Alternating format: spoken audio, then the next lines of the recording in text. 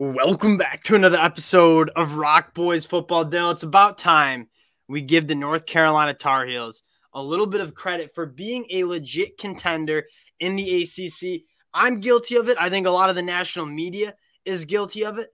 A lot of talk, Clemson, Florida State, maybe outside chance for the Miami Hurricanes being the ACC champions. Not a lot of talk to Drake May and the North Carolina Tar Heels. And we said heading into the season, with Drake May as your quarterback, like you have the sky is really the limit. But we said this defense needs to take massive steps in the right direction.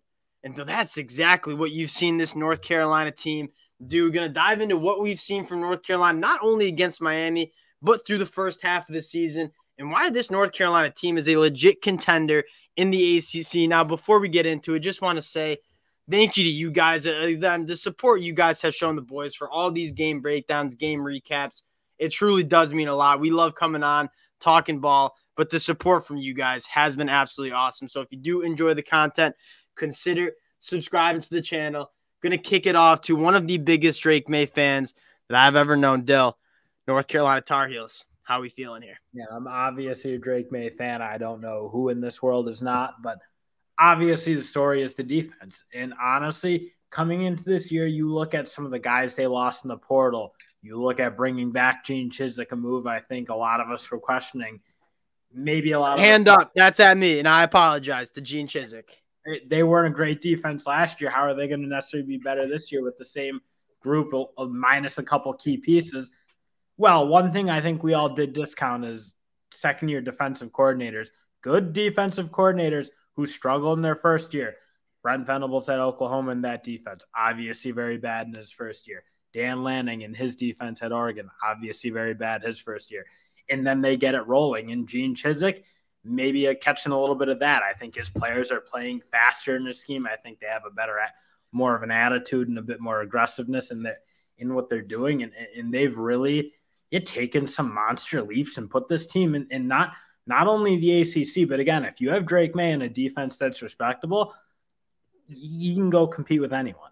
I 100% agree. And going to that defense, you're so right in the sense this defense just looks different from like a culture standpoint. And maybe that is second year in the system. We're not thinking as much. We're just going playing, hitting bodies, flying around the football field. Because last year the talent was there. And that's partly so frustrating about that North Carolina team. And the North Carolina listeners know how just frustrated I was all of last year, where the talent's there. Guys are winning one-on-ones, and there's blown assignments, lack of tackling. It's a completely different vibe to this defense when you look at them play this year. Guys are playing with their hair on fire, forcing turnovers, getting downhill, making tackles in space. I don't know what it was. Year two, Gene Chizik, maybe that makes the difference. This is a North Carolina defense, though, that has a dramatic change in the culture and attitude. And I think for me, it starts up front with this front seven, just dominant in comparison to what they were last year. Against a very good team in Miami, you have guys like Kamen Rucker and Miles Murphy like putting together really, really good games, but also just playing 4 quarters of good football. Because again, you look last year, their defensive line, you saw like, man, you were watching like Miles Murphy really can play. Kamen Rucker really can play. Flash. It was never consistent. When you just watch them, but you're right. It's like when the team went together, it just didn't feel like things were moving together at enough of the time. And in this year, it does feel like it's coming together. Guys like Cedric Gray and Powers Eckler playing really good all game. Guys up front playing really good all game. And that to me has made a huge difference in what they're doing. Yeah, you look at, and again, kind of looking back at this Miami game, watched it back this morning again. That Miami Hurricanes offense is good. They have a very good rushing attack. They averaged 3.4 yards per carry against North Carolina. That was really the big bugaboo last year. I mean, they struggled with everything, but teams were just running the football against them. And you look at the recipe for beating Drake May in North Carolina last year was, hey, Drake May is going to score almost every time he touches the ball. We're just going to run the football, keep the ball out of his hands. You can't do that against this North Carolina team this year. Again, a Miami team that was top 15 in the country in yards per carry coming into this one. Held to 3.4 carries. Rucker was awesome. The backers, Cedric Gray, Power Echoes, awesome. You look at Desmond Evans, Fox, Miles Murphy, a ton of guys stepping up in the front seven. And Dill, you look at the back end. You were talking about this before we hopped on. They lose guys like Tony Grimes, Storm Duck. They got better than they were last year, and that is clear as day. I mean, Armani Chapman, he is playing really, really well. Elijah Huzzy kind of coming out of nowhere, at least in my radar of who I had. But he's kind of like one of those guys I think they were missing. He has a physicality about him. He plays a little bit of a harder, heavier game in that back end. And again, he can cover too, frankly, as a guy who, again, looks more like someone who wants to stick his nose in the run game and play a little more physical. But he does really good things. Look, they're tackling way better, obviously. It's still something I think that's something they probably need to work on to an extent, but it's far better than it was last year. And the biggest thing is they don't give up anything easy. You look at what Miami had to get yesterday. That throw to George was a really, really good throw. Phenomenal point. That is such a good point where it's like last year you saw so many easy big plays, blown assignments, missed tackles that weren't even competitive at points. You look at just last night, Miami won. Like a lot of those points, they scored 31 points, but they had 17 points going like kind of into the garbage time era of that game. Shut them out pretty much in the second half in meaningful snaps. But to your point, nothing comes easy against this defense. Like when Miami scored touchdowns, those were really good throws by Tyler Van Dyke and really good catches by the wide receivers. This North Carolina defense has completely changed. And it's really why UNC is a legit contender, not only in the ACC, but to win a national title. Now, we just spent 6.5 minutes talking about this North Carolina defense. The real reason why this team can be special this year is Drake May and this offense that is extremely dynamic, complete, and explosive. Yeah, in the big thing, again, like a physical offense. And you wouldn't have thought that coming in. Yeah.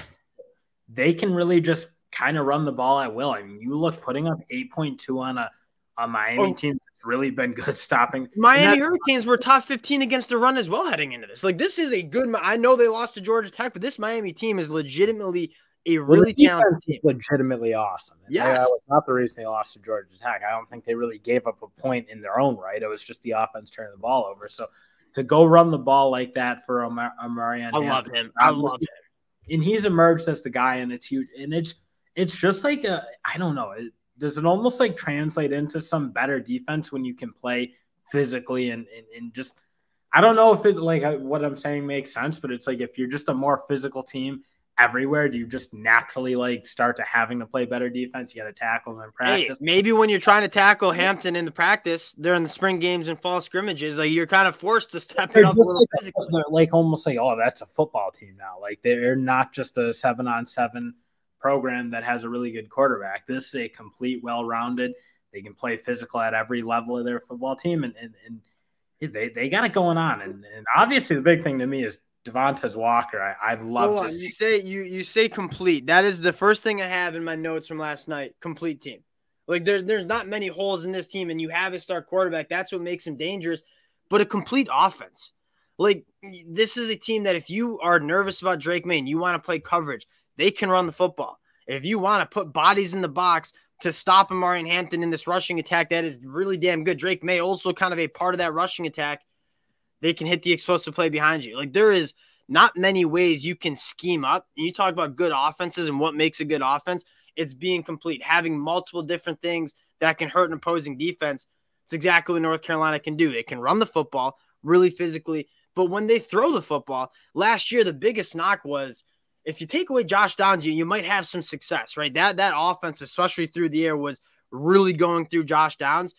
Still, heading into this, and we said this before Devontae Walker came back, is they just got a lot of guys stepping up. I mean, Nate McCollum, J.J. Jones, all guys, Bryson Nesbitt stepping up.